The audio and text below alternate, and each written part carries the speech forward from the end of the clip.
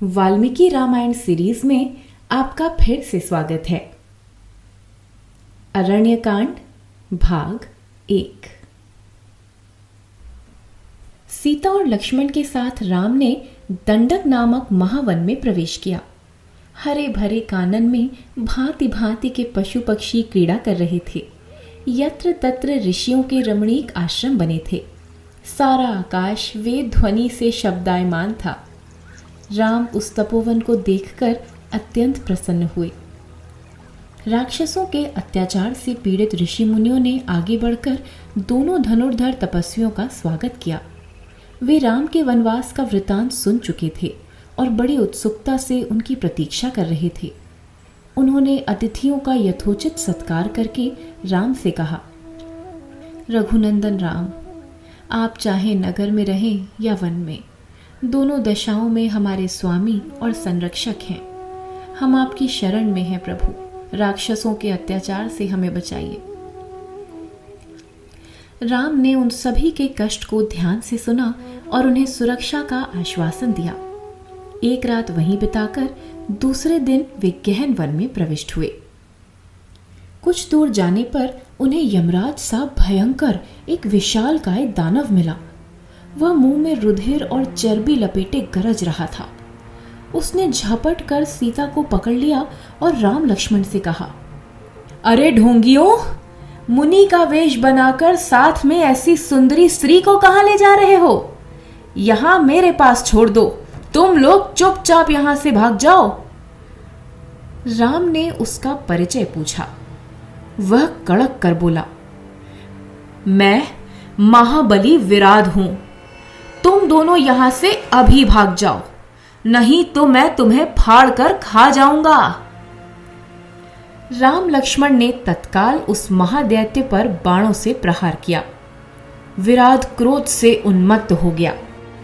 सीता को वहीं छोड़कर उसने राम लक्ष्मण को अपनी दीर्घ भुजाओं से पकड़ लिया। उन्हें पकड़कर वह एक ओर को चल पड़ा। राम लक्ष्मण अधीर या निश्चेष्ट नहीं हुए। उन्होंने उसके दोनों हाथों को मरोड़कर तोड़ डाला। भुजाहीन राक्षस भूमि पर गिर पड़ा।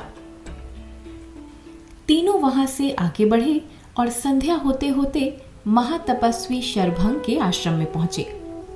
अति वृद्ध शरभंग उस समय स्वेच्छा से शरीर त्याग करने जा रहे थे। राम को देखते ही वे बोले, पधारिए राम, मैं केवल आपसे मिलने के लिए ही रुका हूं। मेरी अंतिम लालसा पूर्ण हो गई। आपसे मेरा यही अनुरोध है कि यहाँ के ऋषि मुनियों का जो भी उपकार हो सके अवश्य कर दीजिएगा। इसके बाद महर्षि शरभंग मंत्रोच्चारण करते हुए प्रज्वलित चिता में समा गए। ऋषि मुनियों ने स्वर्गीय आत्मा के प्रति श्रद्धांजलि अर्पित करके राम से राक्षसों के अत्याचार का हाल कहा और फिर उन्हें ऐसे राक्षसों के हाथ से मारे गए ऋषियों के बहुत से कंकाल दिखाए। राम ने पीड़ितों के प्रति सहानुभूति प्रकट की। उन सबको अभयदान देकर वे वहां से बहुत दूर महर्षि सुतीक्ष्ण के आश्रम में पहुंचे। महर्षि सुतीक्ष्ण ने उनका स्वागत सत्कार किया और राक्षसों के अत्याचार का रोमांचकारी वृतांत सुनाया और उन्हें असुरी शक्ति के विनाश के लिए उत्साहित किया। दूसरे दिन राम वहां से आगे बढ़े। मार्ग में सीता ने कहा, आर्यपुत्र, ऋषि मुनियों के कहने पर वन में राक्षसों से बैर लेना ठीक नहीं जान पड़ता। राम ने उत्तर दिया, सीता, यह निर्बल निरसहाय साधुजन बहुत आशा विश्वास के साथ मेरी शरण में आए हैं। इनकी रक्षा करना मेरा धर्म है। क्षत्रिय इसीलिए शस्त्र धारण करते हैं कि संसार में कहीं भी पीड़ितों का शब्द न सुनाई पड़े। राम ने दंडकारण्य के विविध मार्गों में कहीं 10 महीने, कहीं वर्ष भर, कहीं 3-4 मास और कहीं 8-10 महीने निवास करके 10 वर्ष बिता दिए।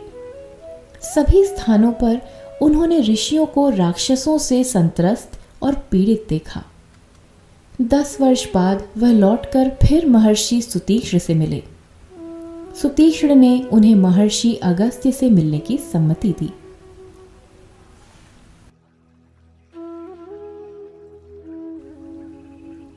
अभी आपने सुना अरण्यकांड भाग 1। अगले भाग के साथ जल्द मिलेंगे। धन्यवाद।